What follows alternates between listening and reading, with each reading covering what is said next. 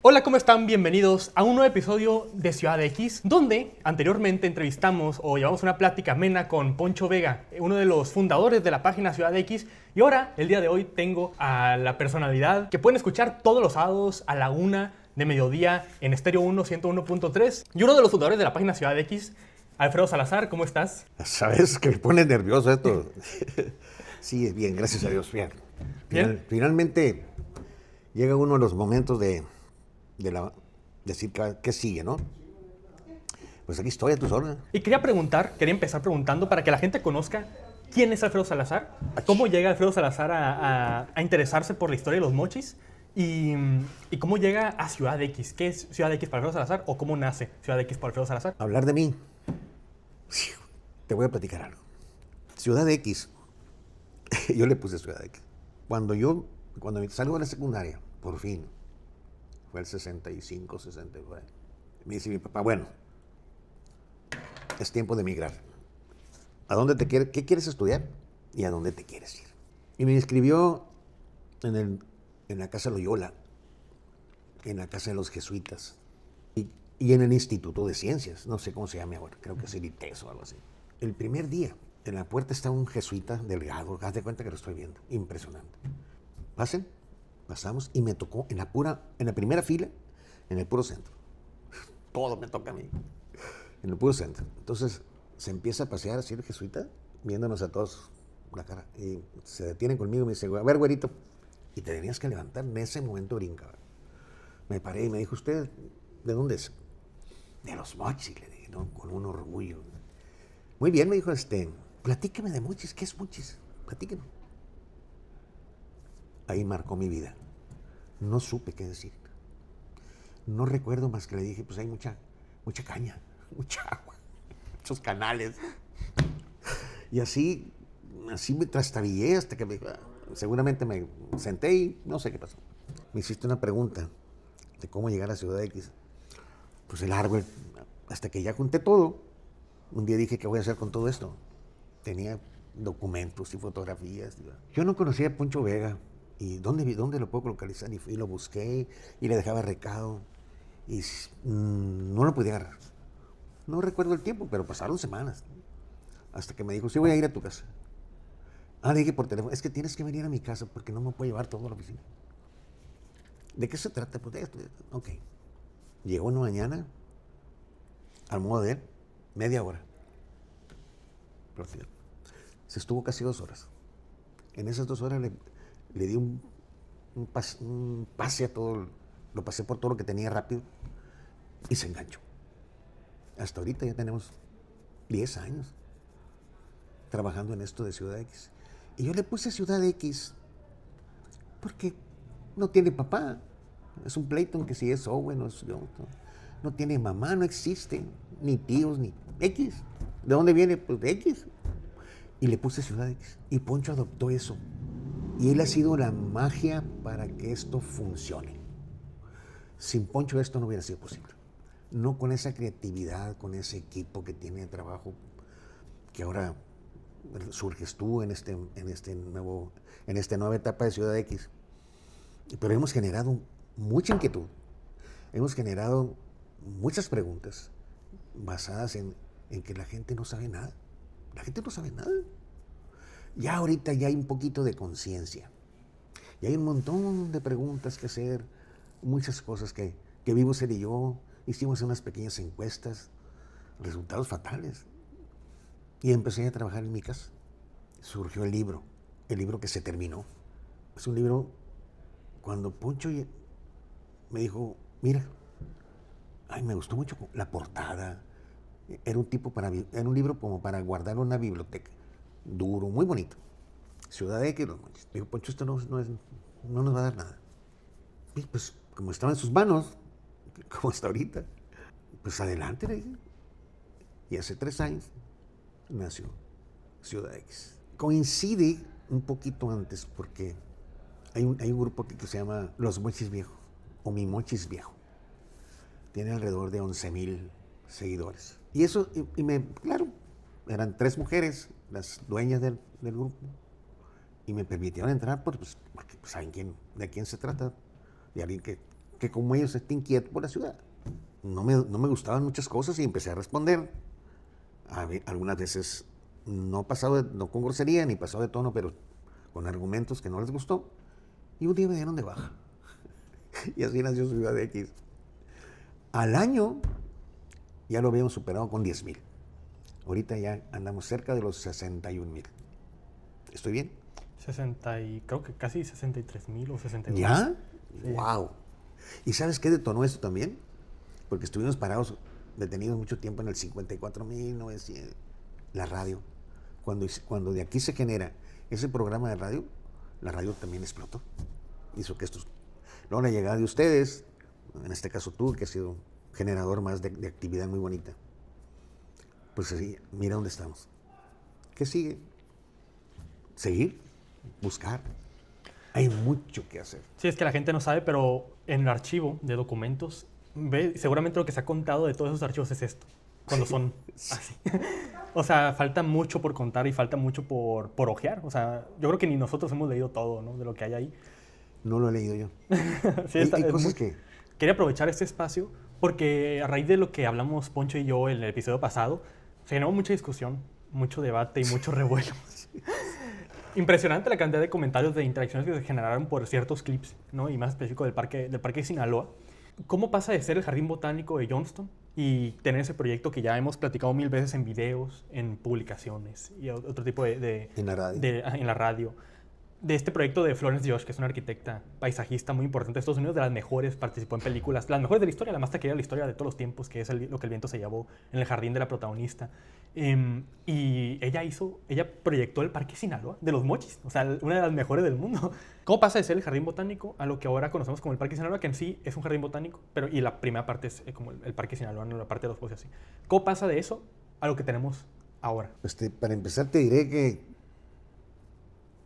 un dato así doloroso, de una cantidad enorme de variedades de plantas, de palmas, ya no hay. Así como árboles, ceibas que se compraron en el 2007, cuando le pegamos una entrada. Pero tú quieres saber qué pasa a partir de que pasan a manos del gobierno. Sí, así es, sí, porque obviamente cuando está Johnston vivo, se sigue intentando seguir el proyecto, pues, se sigue el proyecto. Sí. Cuando muere Johnston, a partir de que muere Johnston, se detiene. Se detiene. Ahí se queda. Así es. Lo que está proyectado, el espejo de agua, el casino, eso no sucedió.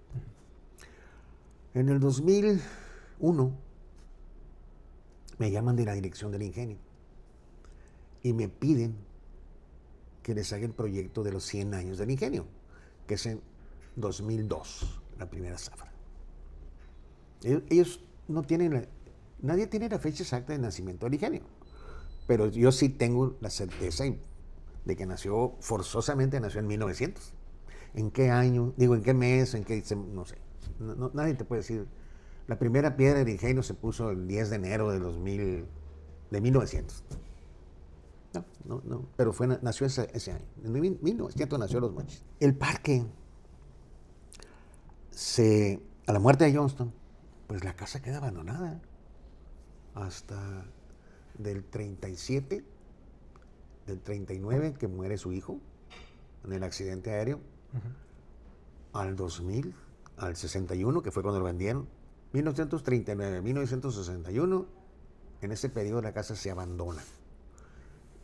Había actividad en la casa, seguían los sirvientes, seguían manteniéndola, eventualmente venía doña Inés, y cuando ella muere doña Inés en 53, viene la señora Gwendolyn, que es la que finalmente se queda con todo, nadie sabe para qué trabaja.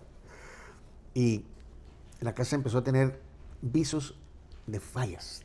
Cuando lo vende la casa, vende toda la propiedad del ingenio, y medio Mochis todavía era del ingenio.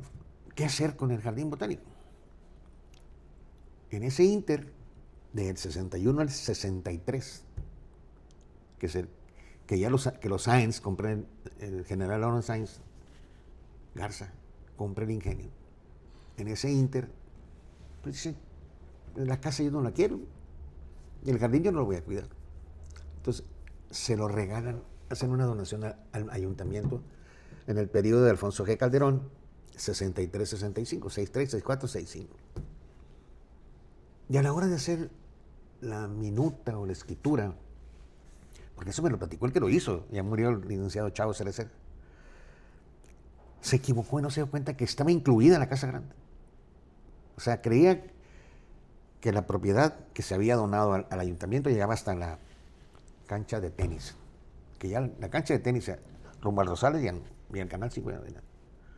Y no, estaba incluido. Entonces, el fenómeno fue que dijo el ingeniero, pues yo ya no me meto en la casa. Y el ayuntamiento dice, pues de mí hay que se le eche. Entonces se convirtió en un lugar de vándalos. Y pues el jardín se descuidó. Un jardín que había sido cuidado con minucioso cariño, con mucho cariño y muy bien manejado. Mr. Edmonds era el encargado de él. Era el jardinero de don Benjamín Johnston, muy querido de él.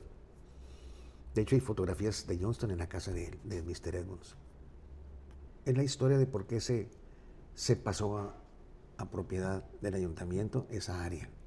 No el country club, no se lo robaron los del country. Ya hice la aclaración en el radio, ¿no? Porque luego empiezan a preguntar. Quería profundizar un poquito más en, no tanto en criticar a lo que se ha hecho en el Jardín Botánico, sino como qué podemos hacer para que el Jardín Botánico pueda volver a lucir algo parecido o pueda tomar un rumbo parecido al que tenía. Estamos pasando por una crisis generalizada. El agro, la economía nacional anda mal. Mucho se salva un poco del estándar porque aquí hay riqueza. Yo creo que lo que hace falta en el Jardín Botánico es apoyo económico y amor. Y en ese 2007 me habló el ingeniero Guillermo Aguirre Borboa y me dice, oye, cuñado, me cayeron 5 millones de pesos para áreas abiertas. Él era tesorero del ayuntamiento. Hazme un proyectito, a ver, para meterlo al Jardín Botánico, al parque, no sé.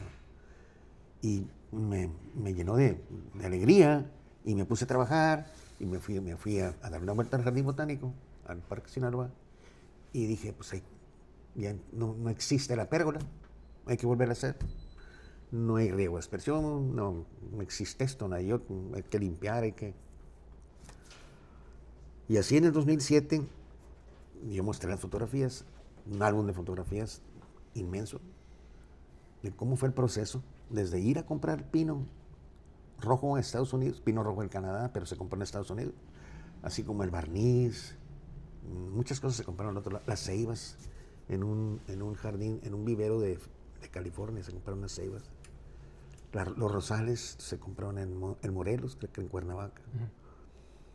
Y pusimos alrededor de unos 1,500, 2,000 plantitas de petunias y florecitas de esta estación. Ahorita se siembran las petunias. Sí. Y hicimos muchas cosas con ese dinero, pues, que seguramente no alcanzó. Y él tuvo que sacar dinero de otro lado para terminar, porque pues ahorita te doy 5 millones de pesos, no hace nada. No. Todo eso es doloroso para mí, porque yo prácticamente fui el encargado de que se hiciera, con la supervisión del dinero, el ingeniero Aguirre y yo, y un alemán de nombre Kurt, que es un tipo muy agradable, que participamos en eso.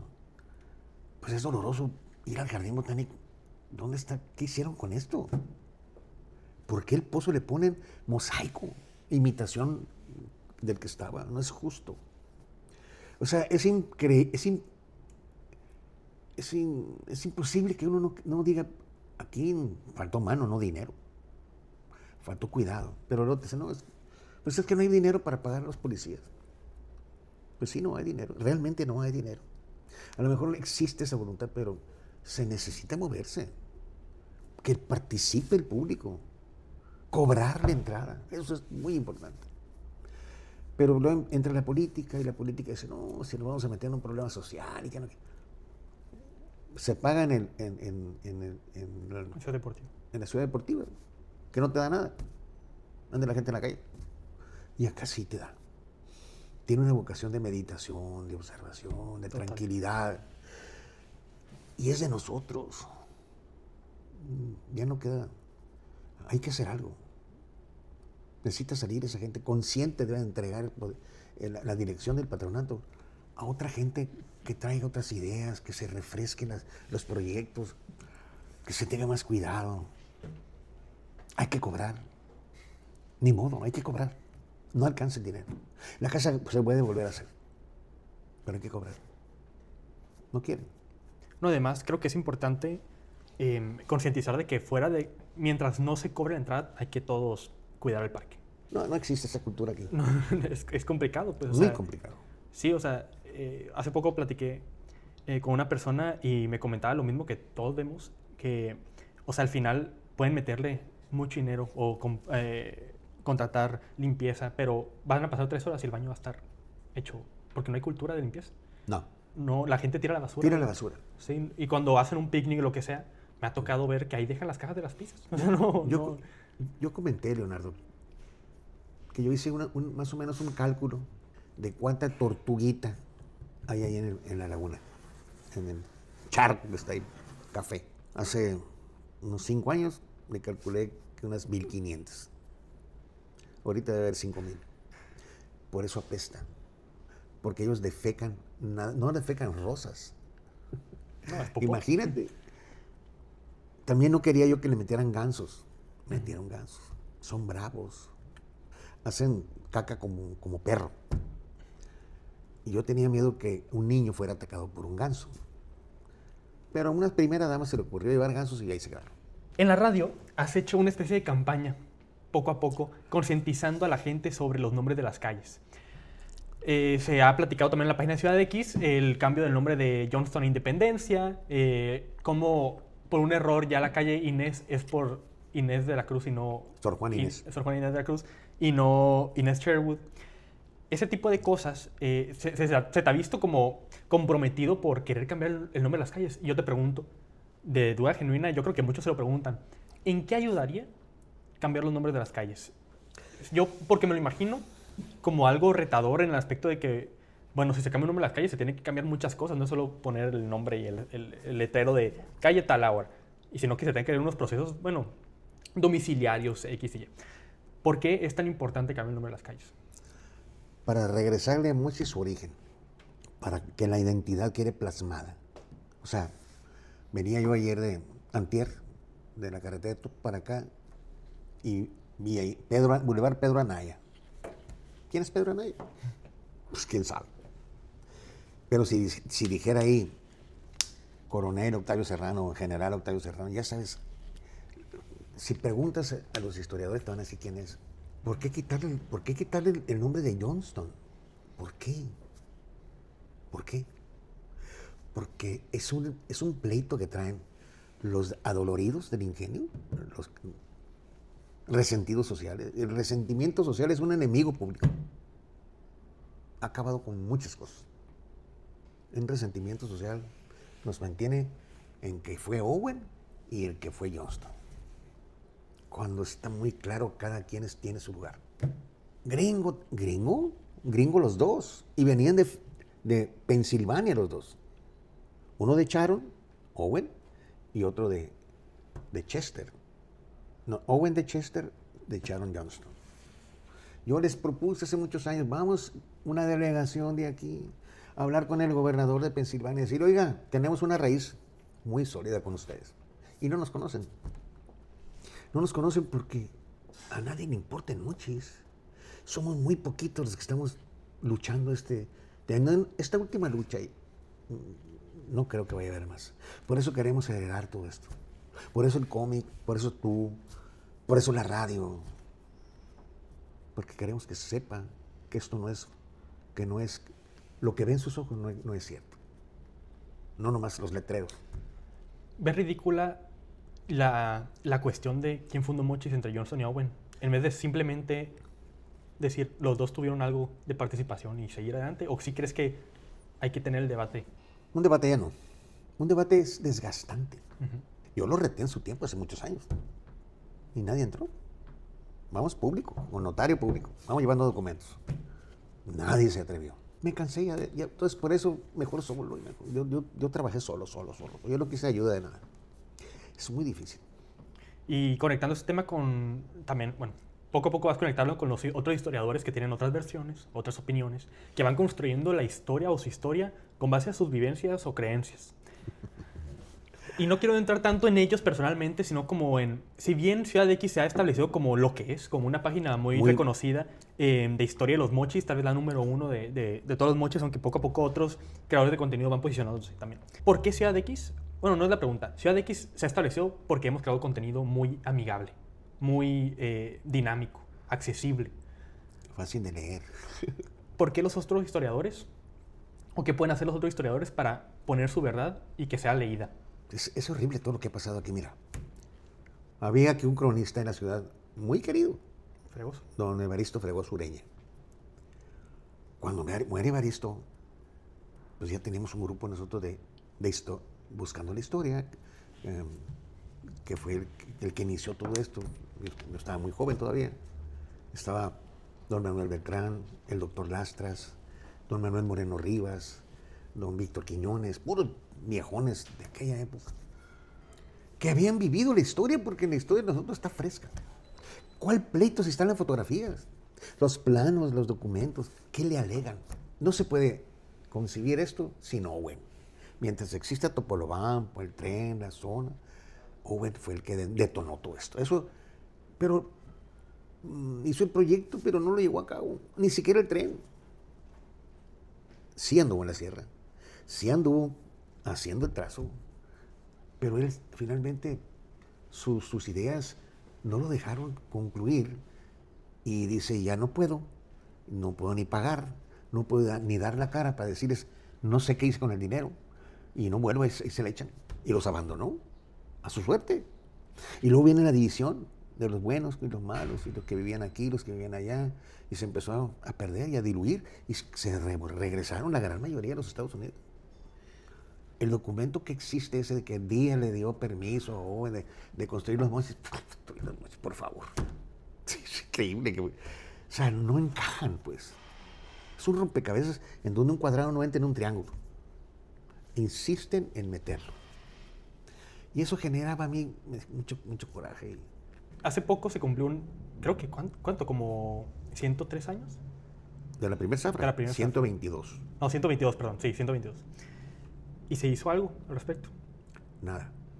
Bueno, 122, aquí lo celebramos junto con el ayuntamiento. Okay. Pero fue generado por Ciudad X. Fuimos con el presidente municipal y dijimos, ¿qué hay esto? Y hay un lugar. Y nos dijo que sí. Y aquí en esas oficinas se hizo todo el proyecto. Y salió precioso. A mí me tocó el cerro, di el discurso. Bueno, el discurso no. Fui el de la homilía. Se arregló muy bonito el monumento a Johnston, ahí está, no sé si lo conoces. Y ese año eran los 120 años de la Ciudad de los Mochis. Fue el 2023. Pero a partir de ahí tampoco ha habido una celebración anual, pues. Todo lo que hacemos aquí se detiene cuando nosotros nos paramos. No hay una inercia. ¿Qué propone y qué fecha para que celebre algo de los Mochis? ¿Cómo se llamaría? ¿Y qué celebraría? ¿Y dónde y cómo? Mira, inclusive hay un logotipo que yo mandé a hacer. Se llama Celebremos Mochis. Era una festividad en marzo. Donde está el teatro, iba a ser una feria. Y nos íbamos a transportar a 1903. Desde los policías de la guardia, qué se iba a vender adentro, los tamalitos, los coricos. Íbamos a la historia. Terminamos el proyecto. No nos dejaron. O sea, querías ambientar un lugar como si fuera el Mochis de 1903. Cada año. Vestimenta, todo, comida. Todo. Era muy padre. Los hornos para los coricos y las empanadas. Será padre poner ambientación sonora la zafra, el ingenio. Todo. Estará muy padre. Y estaba el ingenio funcionando. ¿No? Si nos hubieran dejado hacer eso, hubiéramos dejado una festividad anual. ¿Por qué en marzo? Porque el marzo es un clima muy bonito. En marzo es el cumpleaños luctuoso de don Benjamin Johnston, el dueño de la ciudad, el que nos hereda todo esto. En marzo yo planeaba una feria y en la plazuela hacer una misa al pueblo con el obispo y la feria de la caña. Todavía somos cañeros. Ahí están las palmas, viejos testigos de todo esto. No me dejaron, no nos hicieron caso. O sea, yo llegué al punto en que esto no se puede ni seguir adelante ni abandonar de mi parte, pero sí mantenerme firme aquí con Poncho, contigo, con el equipo tan grande, tan creativo de aquí, de Ciudad X, de Star House Arquitectos, para lograr lo del cómic, recuperar el jardín botánico, cambiar un par de nombres de la ciudad. México tiene la cultura de hacer héroes a los villanos y villanos a los héroes. Rosendo Castro llegó aquí huyendo de sus crímenes. Fíjate nomás. Le dijeron, pélate para la Sinaloa. La Sinaloa era una colonia que estaba donde está el ingenio, frente al ingenio, ahí por la Leiva. Ahí empezaba la colonia Sinaloa. Y ahí se refugiaban todo tipo de maleantes, entre ellos Rosendo Castro. Pero tipos que en la época y el ambiente los hizo surgir como líderes de un movimiento inexistente, porque todavía no tenía la fuerza. Y pues pistola en mano, pues o me haces caso o me haces caso. Entonces así se teje ese cuento de Rosendo Castro, esa historia de Rosendo Castro. Pero el día que pudieron vengarse de sus crímenes y de sus abusos, lo asesinaron. Y lleva la calle principal de Los Mochis. No lo podemos dejar así. No podemos dejar eso así. Hay que quitarlo. Ya está resuelta tu pregunta. Entiendo tu postura, toda tu postura. Sí, ¿cuál es la tuya? Mi postura es que yo no conozco del todo los procedimientos que hay que hacer para cambiar una calle. No sé qué tanto se tenga que cambiar entre las cines de todos, todo ese tipo de cosas. Gracias a Dios, la tecnología, cuando picas un botón, y toda la Rosendo Castro ya no se llama así, y en las facturas son electrónicas, todo se cambia. ¿Qué falta? Que haya una propuesta en Cabildo, y ya tenemos 8 meses, más de 32 gritos por la radio, y no se acercó nadie. Los de NIMAC no existen. ¿Por qué no se puede cambiar? El gobierno puede cambiar lo que sea. La Leiva. Todavía no se sabe si es Gabriel Leiva Solano o Gabriel Leiva Velázquez. Y si uno es general o es un maestro borracho. No se sabe. Es que es increíble. Entonces, yo me siento como obligado. Es una obligación moral la que tengo. Porque amo este lugar. Porque aquí me parieron, aquí anduve en los charcos, aquí anduve en el Canal 5. Tuve una infancia muy hermosa. No ando arrastrando dolores sociales.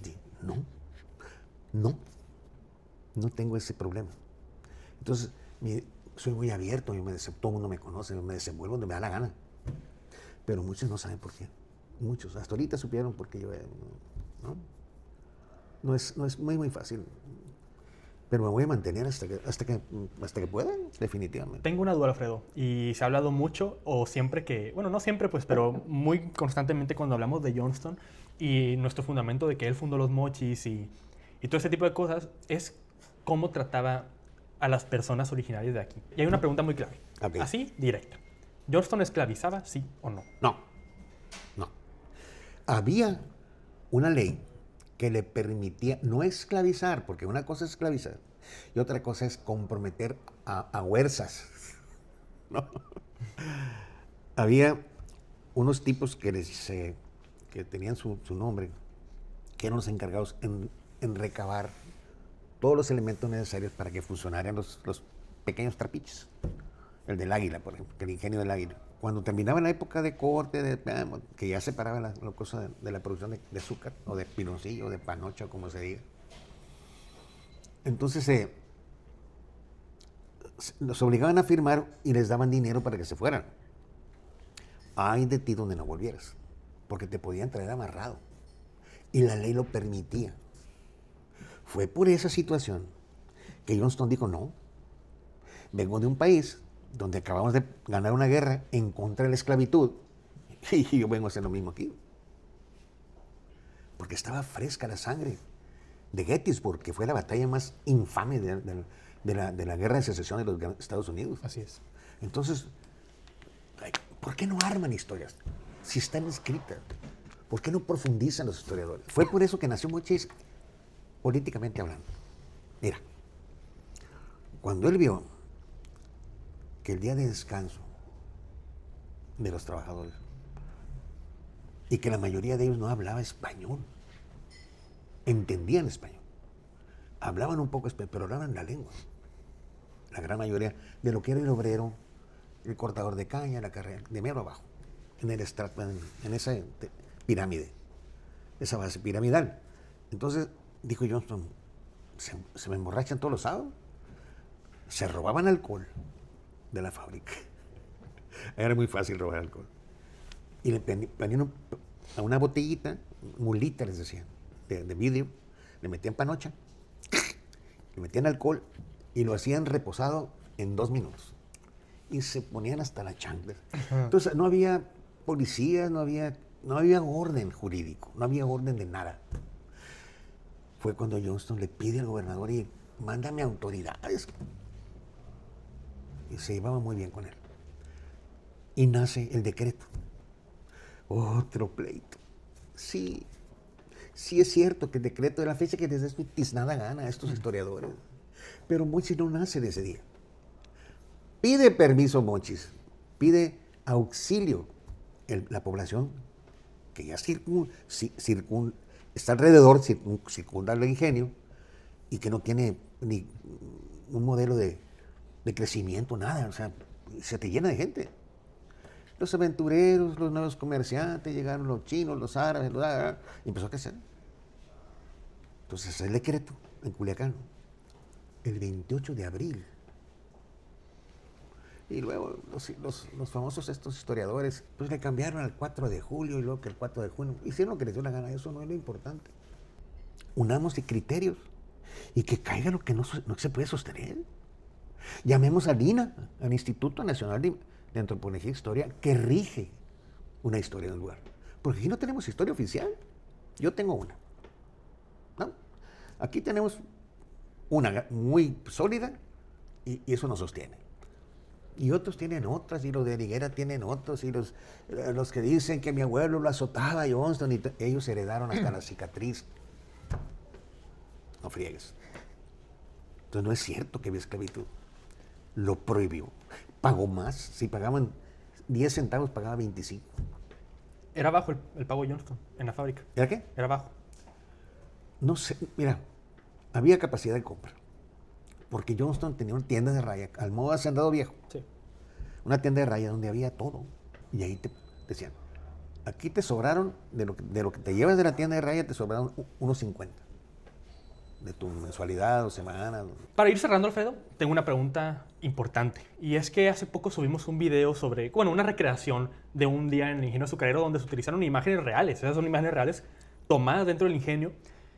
Obviamente utilizamos inteligencia artificial para animarlas un poquito y que tengan vida, efectos de sonido. Pero dentro de ese video que ha sido de los más exitosos de la página, de hecho, este último mes de Ciudad X, y queremos agradecerles a todos, fue de los más exitosos de la historia de la página. Tuvimos un poquito más de 1 millón de reproducciones totales en este último mes. ¡Wow!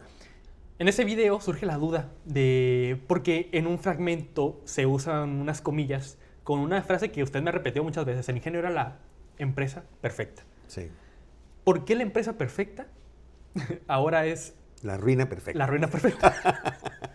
¿Por qué? ¿Qué pasó? Llegó a tal perfección de la operación de la empresa que nomás llegaba don Benjamín y cuando empezaban la zafra, llegaban los dos en el tren, tenían un tren que viajaban en su tren de aquí hasta Nueva York. Se bajaban ahí y don Benjamín iba a probar el primer chorro de melaza. Adelante, les decían.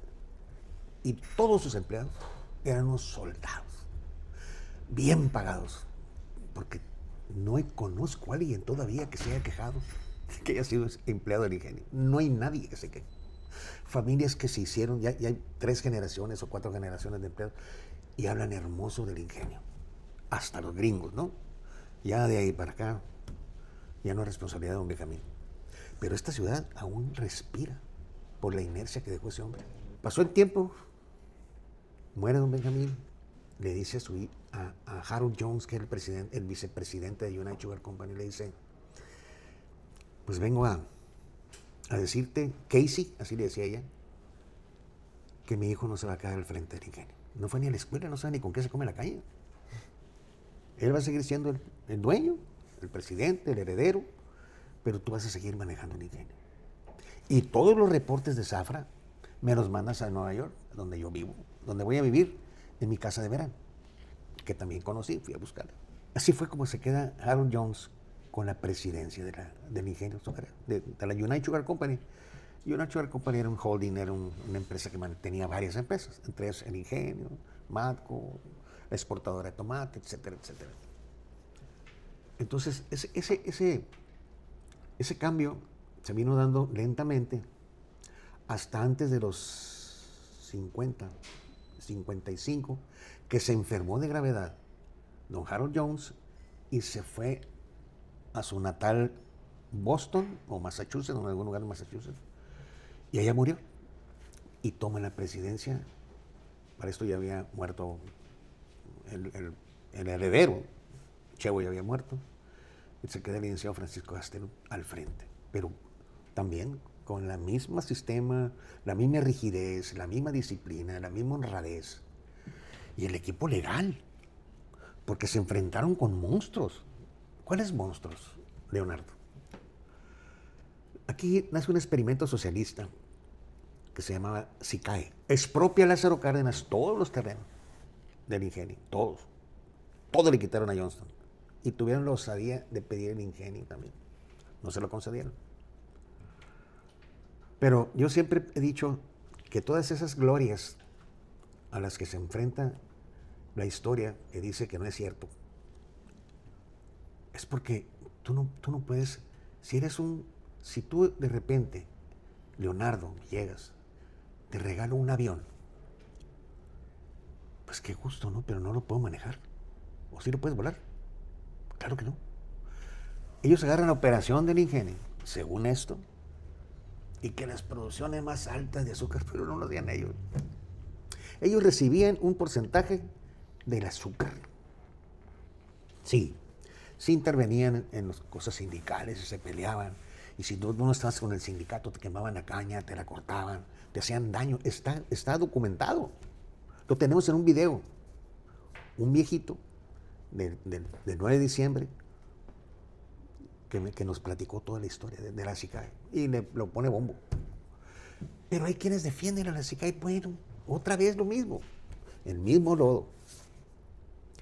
¿Cómo hacerles entender que tan no sirvió, que se terminó y acabó con el ingenio?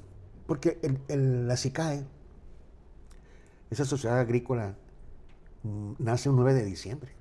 Por eso se llama el ejido 9 de diciembre. Esa dotación se hizo en 36 por ahí.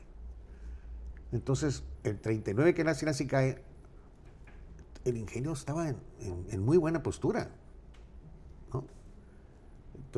Acababa de morir Chevo, pero todavía vivía Harold Jones. Entonces, no se pueden haber encargado de los laboratorios, de las variedades de la caña, de las siembras, de cómo hacer las cosas. A lo mejor los hacían los campesinos, pero no los dirigentes. Los dirigentes iban a pedir dinero con la condición de que no iban a hacer ningún escándalo. Entonces existía un aparato legal en el ingenio que tenía un trabajo todos los días. Todo querían, menos trabajar. Pero ¿de qué vivía la ciudad de Los Mochis? ¿Quién regaba las calles? El ingenio. ¿De dónde sacaban la? Del ingenio. Y el dinero para lo demás, el único que pagaba impuestos es el ingenio. No, la cultura de pagar impuestos era por timbre. Tú comprabas algo que es una factura y te ponían un timbre, 2 pesos. Y eran tus impuestos. Entonces realmente que pagaba impuestos era el ingenio. Y de eso vivían todos los malandrines de las autoridades, que hubo de todo, por cierto, unos muy buenos, otros peores. Hay cosas que tú platicarlas en este momento, todas, imagínate, necesitamos pasarme días aquí. Entonces yo sí veo de otro color. Ese verano que se vendió el ingenio, esas vacaciones de la escuela, pues se fueron los norteamericanos a sus visitas anuales que hacían a California o a Boston, o no sé dónde. Y me platica la señora allá en San Francisco, fui a visitar a la nuera de Harold Jones, doña Mary Jones, que acaba de cumplir 100 años. Yo fui a verla. Y ella en ese video me dice todo lo que pasó aquí. Pues fue testigo, lo vivió. Dice, cuando nosotros regresamos a Los Mochis, pues nomás nos dijeron que sacáramos la ropa. No te puedes llevar más. La casa ya no es tuya. Los muebles no son tuyos. El fenómeno fue el siguiente. He platicado muchas veces que el presidente Obregón, Álvaro Obregón, era enemigo de Johnston, gratuito, porque veía el auge de la ciudad de Los Mochis contra un Sonora pasivo. Ya no le puedo dar otro calificativo. Un Sonora pasivo. Entonces, Johnston quiso hacer un banco, le dijo que no. Quiso hacer una presa que le hiciera allá en el Oviachi. Que todo eso detuvo esos proyectos. Entonces, perjudicó a la zona eso. Eso mucho. Perjudicó a la zona porque hubiéramos sido Mochis 25 años antes. Y esto hubiera sido otra cosa. ¿Por qué hubiera sido otra cosa? Porque hubiera sido manejado por los que saben manejar las cosas, por los gringos. El sistema de riego no hubiera sido igual. Nomás quitaron la Comisión del Río Fuerte y se cayó todo. La Comisión del Río Fuerte se regía mucho en el estilo norteamericano, bien administrado. Quitaron la Comisión del Río Fuerte, para abajo. Hay tantos elementos que han influido en el desastre que la gente no los vio, no lo sabe. Entonces, volviendo al tema, porque ya sé para dónde vas. Ese señor era muy amigo el general Obregón, de don Aarón Sáenz, el general, muy amigo. Inclusive, en la segunda campaña para la presidencia de la República de Obregón, la reelección, estaba para secretario de Gobernación, don Aarón Sáenz, un hombre inmensamente rico, producto de la Revolución. Dijo, voy a comprar el Ingenio Mochis. En la Navidad del 60, en la Ciudad de México, en sus oficinas que están ahí, en el puro centro de la ciudad, le dice a sus hijos, les tengo una noticia, acabo de comprar el Ingenio Mochis. Papá, no, se le echaron encima. Todos nuestros negocios están de Cuernavaca para atrás, para Veracruz, para todas partes de ahí. Jicotenca, de todos, tenían como 5 ingenios. Entonces fue cuando él dijo, ya es tiempo de sacar a los pinches gringos de México, y son los últimos que quedan. Fíjate cómo nace una cosa. Por eso compró un ingenio. A lo mejor por eso tenemos jardín botánico. Si le buscas así, ¿cuántas fueron las opciones? Muchas. Todos esos detalles, pues los tienes que conocer, pues, para poder armar ese rompecabezas de la historia de aquí. Pero don Aarón Sáenz hizo un muy buen trabajo aquí. Nos regaló el jardín botánico. Se quedó con el country club, todavía no se cambiaba del dueño. Nos regaló la casa grande que se tumbó. Hubo progreso. Crecieron los molinos. Ahí sí hubo más caña. Pero cuando él dijo, ya no es negocio para mí, gobierno, cómprame el ingenio, te lo vendo. Y Azúcar S.A. se queda con el Ingenio Mochis y lo manejó por algún tiempo, los tiempos de Salinas o de la Madrid. Entonces el gobierno se lo vende a Aga, a los García Arce. Pero ya el ingenio ya estaba enfermito, le dolían las rodillas, hasta que en el 2001, te platico que me llamaron para hacer el proyecto. Gracias a Dios, allí fue donde me hice de los documentos. Y de repente me dice, ¿sabes qué? Se suspende el evento de la celebración de los 100 años de la zafra, porque en Nuevo Molinos no hay dinero. O sea, el proyecto era hacer una gran feria, un evento, tirar fuegos artificiales. Y así fue que yo me di cuenta que el ingenio ya tenía problemas muy serios.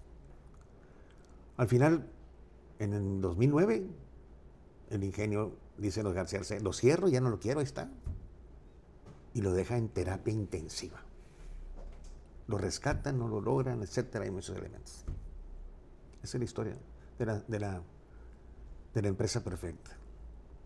No fue perfecta a partir de que cayó en manos mal administradas.